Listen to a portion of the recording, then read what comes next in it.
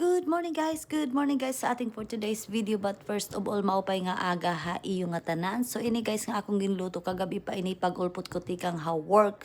Nag-crave ako hin pansit kanton hana dito pa akon work guys. Amo ito pag-ulpot ko habalay na siya ako. Ay magluluto ako hin pansit kanton. But anyway guys, it's around 7 p.m. na nang nakauwi ako ng bahay.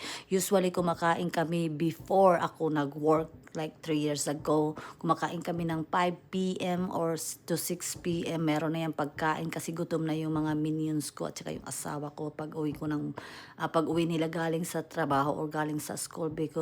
Pero ever since na nag-work na ako guys, pag work days ko, yon umaabot na ng 8 p.m. to 8:30 ang hapunan namin. It's okay lang naman kasi hindi naman all the time kasi minsan nag-bake naman ako. Gumagawa na ako ng mga bake kagaya ng lasagna, stuffed peppers, shepherd's pie. Yung mga pwede mo silang ilagay sa freezer o di kaya yung anak kong isa is mahilig din magluto so binibilhan ko na lang siya ng mga alam mo yung mga ready to bake na mga pork tenderloin, mga ganyan.